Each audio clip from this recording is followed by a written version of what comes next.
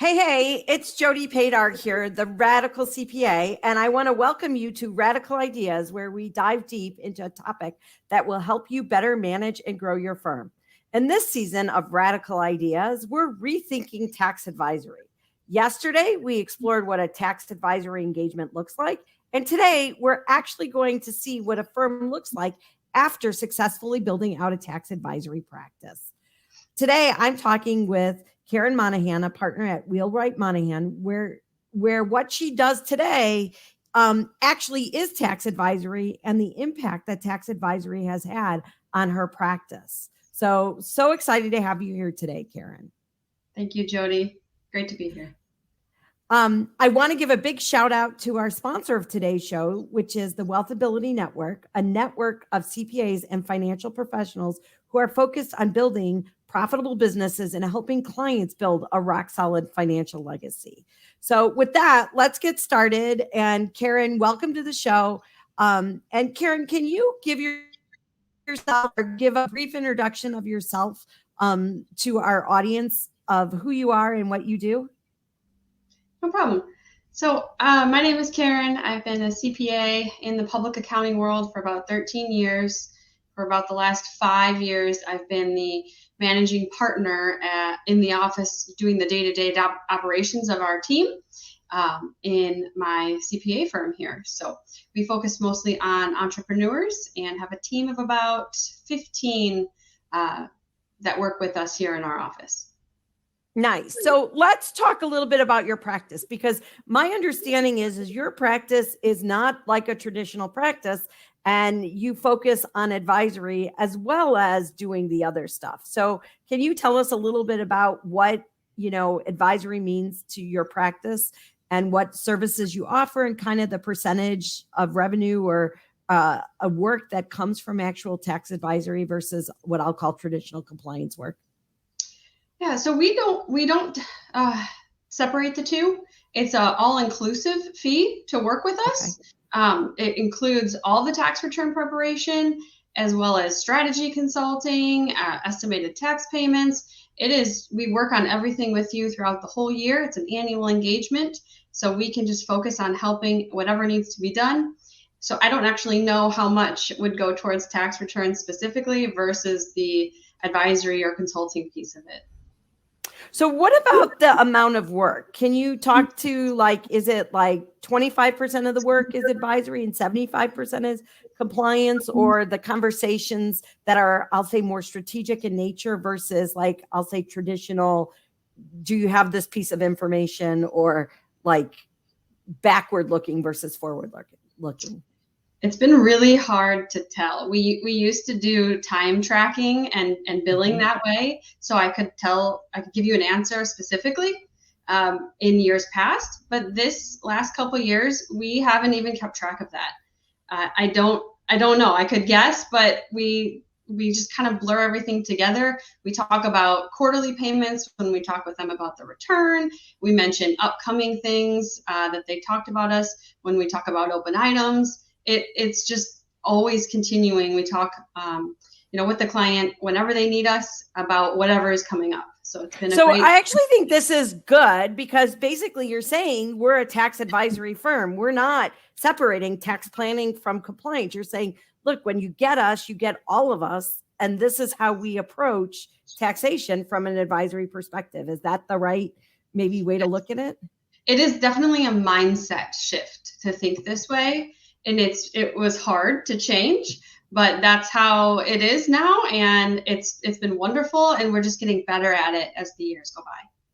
Yeah. So I think it's really important to discuss this mindset shift, because again, if you've always done it the old way, and now people are saying, do advisory, now you really have to kind of flip it in your brain and say, look, we're being proactive and we're advisory and we're all year. And I think the next thing is when we think about advisory, a lot of people think planning is 1 year, right? It's kind of the next year. How do you think about tax advisory in terms of the lifetime value of a client, and that it's a continuous advisory cycle versus oh, that's the tax plan for next year, and then we're going to start over? How is that, built into your engagements and built into your mindset? Yeah, so when we start working with a client, it's actually required that they work with us on a strategy. So that's a short-term and long-term strategy for them, which is more of a consulting item. It Right. actually doesn't include tax returns as the main focus in the beginning. In order to figure out what we can tell them about, tax savings, we need to figure out what their long-term plan is. Like you said, working with them year over year, and then each year you keep updating that as things change, always having to look out a couple of years with changing tax law and making sure that their projections are a couple of years out if that helps them, and it always does. So we have to look more than just 1 year forward. So I love that too, because every taxpayer has a different goal and strategy, right? Mhm. So like it's not a one size fits all, right? Like obviously different people have different needs and what their goals are different. So I love that you kind of cater it to the individual taxpayer. So when we think about like niches or specialties, everyone says, oh, you got to have a niche, right? Like, do you have like a specific tax niche that you go after, or do you have like people on your teams who serve certain niches? And like, how does that help you by having either a niche or not, right? How does that help you either get new clients or service those clients? I would say our niche is a broad niche. Okay. We're working with entrepreneurs, so that's in a niche in itself, but it's a very big one. And we don't have specialized people on our team. We don't have one person involved in real estate only, and everything goes there. We're all working with every client very seamlessly. So always we're in a team atmosphere, which helps us greatly on our internal side and helps the client know that they have a team, not just an individual person who knows what's going on in their account. And so we focus on entrepreneurs, small business owners, real estate investors, and a variety of anyone who wants to basically take control over their kind of financial freedom and do something, figure out what can be done, and has a spirit about them that's a very proactive spirit. Right. No, I love it. And I think you're right, because when you look at tax planning overall, like there are specific things like for real estate, et cetera, but there's so many things that fit everybody. And as long as like everybody's technical, which on the tax side, most people are, or at least you can reach out to the person, who sits next to you or whatever, who knows that like detailed technical, like you can do tax advisory as a whole. So, is this the firm you grew up in, or did you learn how to do taxes at a different firm and come to this firm? It's pretty much the firm I grew up in. I started working with Tom Wheelright, the partner, when I was fresh out of college at his prior firm. So he and I have been working on some of these same clients since I was fresh, preparing tax returns. So I've seen the whole life of working with them, which is pretty cool, being a preparer, reviewer, and now the partner signing their returns. So this is where I bloomed in this atmosphere of working with entrepreneurs. So I love that too, because I think it shows that you don't have to like, as we think about the next generation and how we teach the next generation, that you don't have to come into tax advisory with this like wealth of knowledge, that you can do tax advisory as a young professional as long as you're taught what the tax advisory services are, right?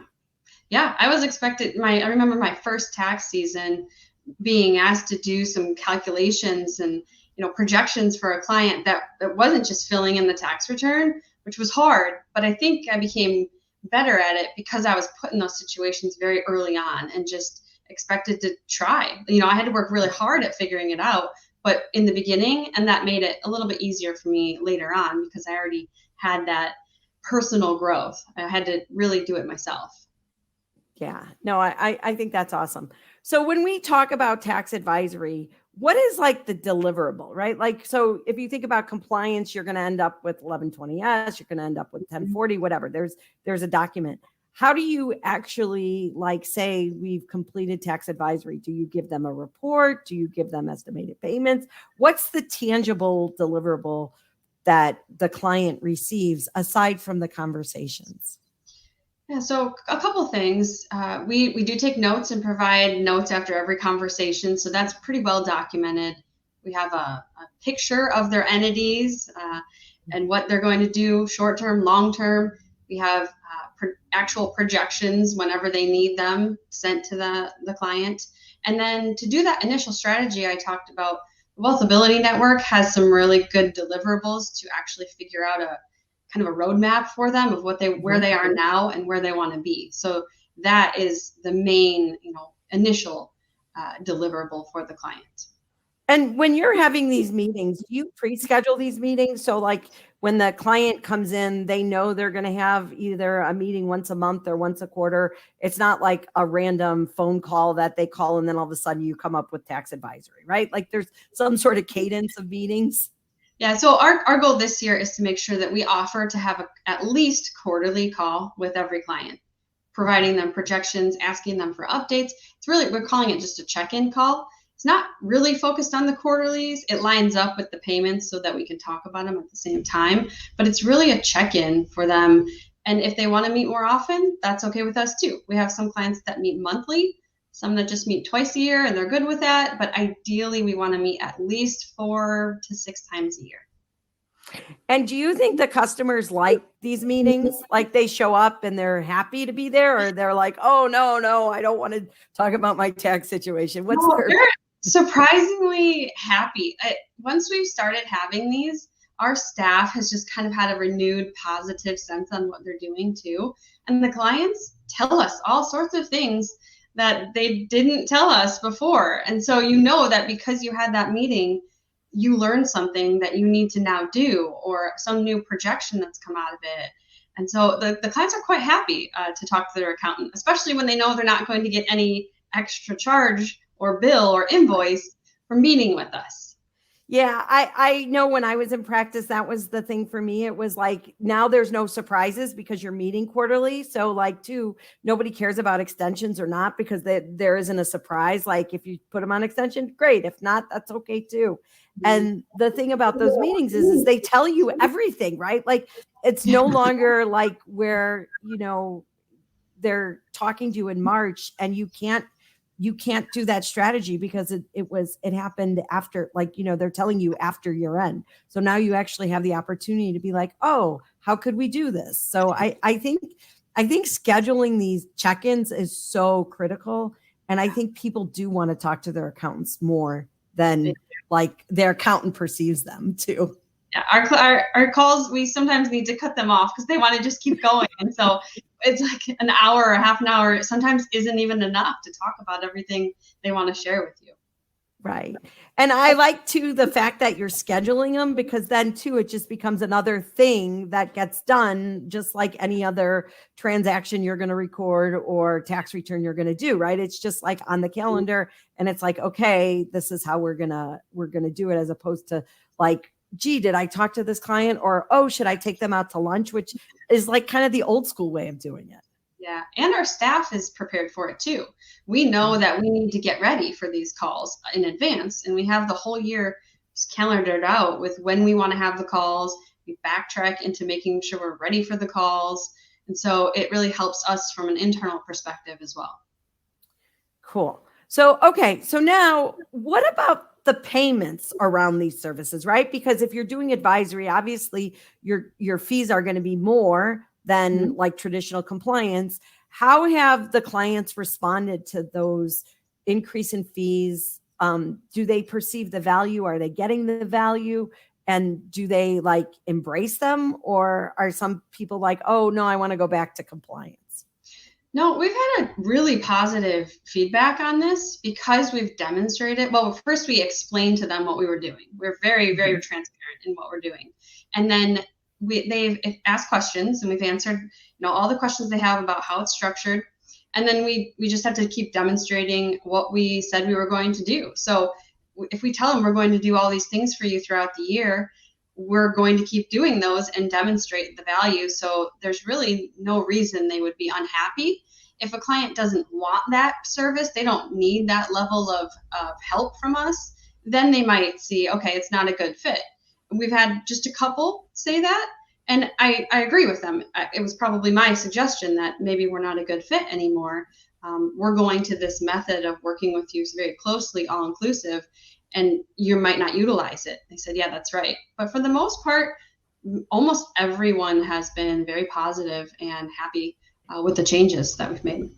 So who has these conversations about like kind of the value perspective? Is it you as the partner, or is it the team, and as they're delivering it, they're like reinforcing the value conversation? Because I think a lot of times accountants have it's hard for them to have those value conversations, or to remember to tell the client that like this is going to save them X in taxes or whatever, because like we're just like, oh, we'll just do it, right? Like, and we think that, you know, the client understands the complexity of what we're doing. So is it you who's having these conversations, or you the whole team, or how does that work in your firm?